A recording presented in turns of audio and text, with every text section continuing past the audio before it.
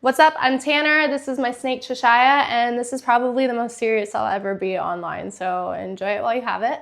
I'm making this video because I ultimately want to be the person that I wish I had when I was going through this, and also just to clear up misconceptions and kind of explain more in depth what this is that I'm about to talk about and answer any questions. Today is the first day of Tourette's Awareness Month, and since I was officially diagnosed, I have only told 2 people. So this is still a very sensitive topic for me, and I am not going to show any of my tics in this video. I have yet to show that online. I'm not ready personally, but I still want to be there for people and explain what I go through, so that way if anybody does want to talk about it, I'm happy to explain more. And I'm not going to cry on this video, so if I do get emotional, I will cut it out, I swear. For those who might not be familiar, Tourette's is a neurological condition that cause people to have involuntary actions known as tics. There are 2 types of tics. There are motor and there are vocal. Vocal is probably what people are most familiar with, as that's what we see online and that's what we see as portrayed as Tourette's, but that's actually pretty rare. Most people do experience motor tics. I personally do not have any vocal tics.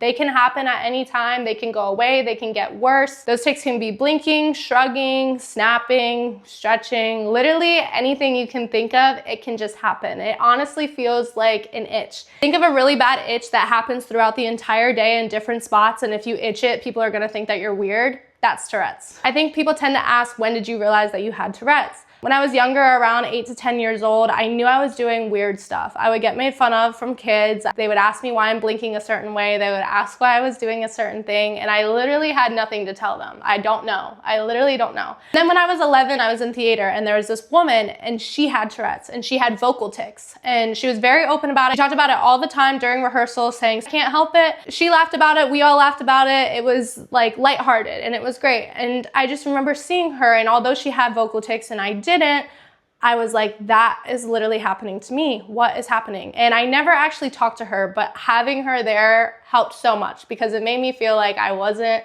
the only one in the world that was doing these weird things. When I say weird, I'm not trying to offend anybody. I make a joke out of it with myself, and I'm more so talking about it as this is what it comes off as to other people. It's not weird. We're all people, we're all weird, and that's just what it is. After I saw her, a couple months later, I was in English class and we had a warm-up where I don't remember what the prompt was, but I just remember I wrote down saying, I think I have Tourette's. After I saw her, after I heard her talk about it, I looked it up on my own. I was like, this has got to be what I have. And so I wrote this whole thing down saying, this is what I do, this is how I feel, this is what it feels like. It feels embarrassing, I feel weird, I'm getting made fun of, and I literally can't help it. And I shared it with her, and I think I remember sharing it with the class, or maybe she shared it with the class anonymously. I don't really remember. I remember she kept me after class and we talked about it together, and she was like, I appreciate like you being willing to be vulnerable and share this with me. And I was like, yeah, I've never shared this with anybody, but I need to tell somebody. And then we had a parent-teacher conference, and my teacher told my parents, wow, she's so brave to be that vulnerable. And my mom turned around and said, nope, she's lying. She made it all up. She does not have Tourette's. I don't know what she's talking about. I had to go apologize to my teacher. I had to act like I was lying. I had to act like I made it up, and I never talked about it again. That was the end of it. For the rest of my life, I have always hid it. I make every effort I can to hide it. The amount of times that I've been asked, do you have something in your eye?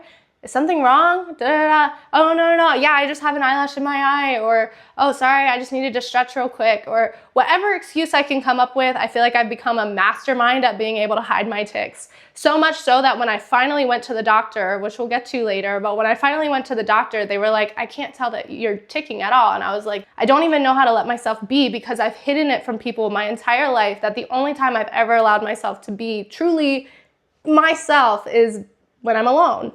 So to go back a little bit, to more so explain how tics are and how they affect your life, I think, again, everybody always thinks of tics as the vocal ones. It's where they're cussing, or that's when they give a middle finger, and it's funny and we can laugh about it. But there's another side of tics, and some of it's very painful. Some of it's embarrassing. Some of it's weird. Oh my God, I'm gonna start crying, so I'm gonna cut this out. For me personally, I blink weird. If you know me, if you've been in person with me, I know somebody has called it out at some point in time. And if you haven't, thank you, because at that point you're just being nice. When I was in college, I had a tic in my back. To be more specific, tics come and go. Some stay. I've had a blinking thing my entire life. That was the first tic I ever knew, and that has literally stayed with me my entire life. But there have been tics that have come and go. I remember I'd always have to snap.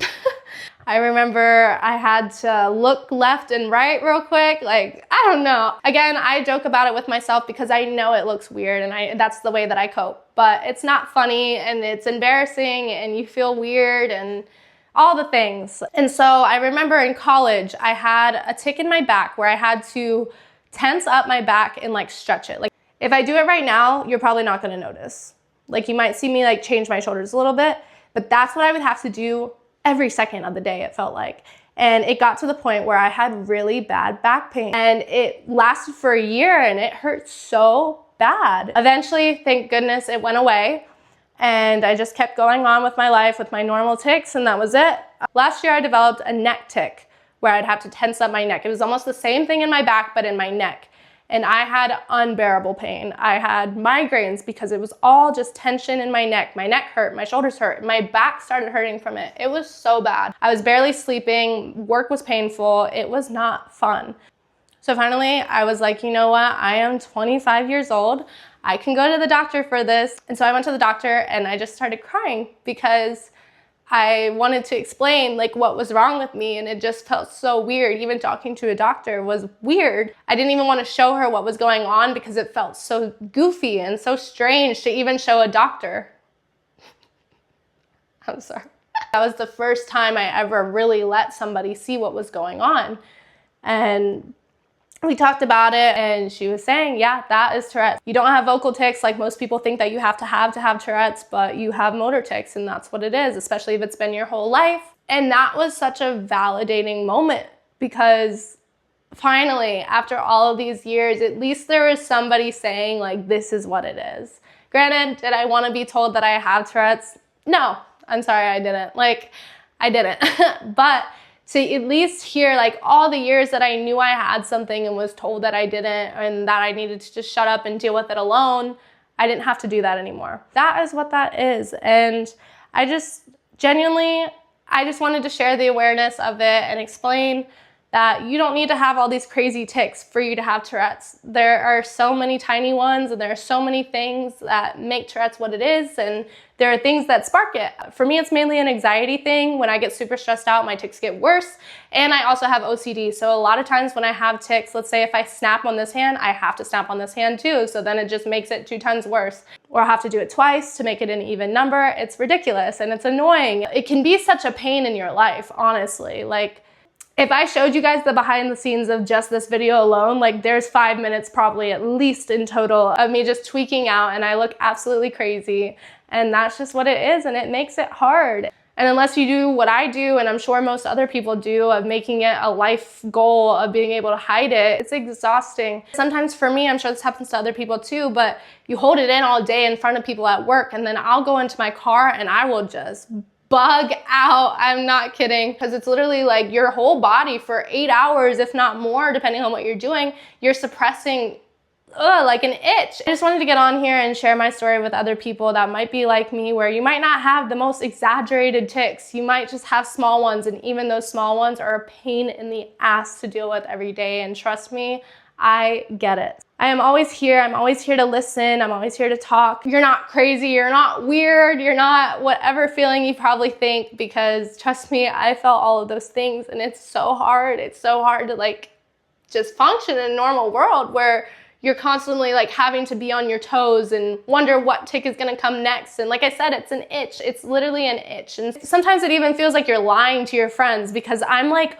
if you have an itch on your back, and if I go like this, you're gonna call me weird. So I'm gonna wait for every single time that you look away to like hit the wall real quick, or to like go like this real quick when you're not looking. And if they're looking at you the whole time, guess what? You're not getting that itch. So you just have to sit there and struggle. That is all I wanted to say. Happy Tourette's Awareness Month. I hope if you didn't know anything about Tourette's, now you do. And I hope that if you are struggling with this, that you now know that there is somebody else like you. And trust me, we are in it together. We are in for the struggle. We are in for the ride. And you're not freaking weird. You're not weird. You can do whatever you want with that. Just know that you are valid to feel however you want to feel, and however you choose to cope with it is fine, as long as you're doing it in a healthy and safe manner, of course.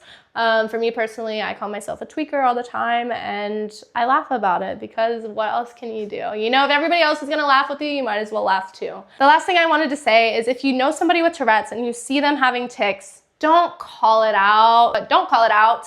That is the worst thing you can do. Because again, for me, I'm just making an excuse. I'm not gonna sit here and be like, sorry, I'm taking. If you're like the woman that I saw in my theater class, she was so open with it and she was like able to laugh about it. I'm not at that point right now. One day I hope that I am able to do that, but right now I don't wanna be called out on it. I don't wanna ask what's wrong with my eye. I don't wanna be asked why I'm doing something. Like, just let me be. If you notice it, just ignore it. Thanks so much for watching, and now it's time to go back to being goofy. Bye.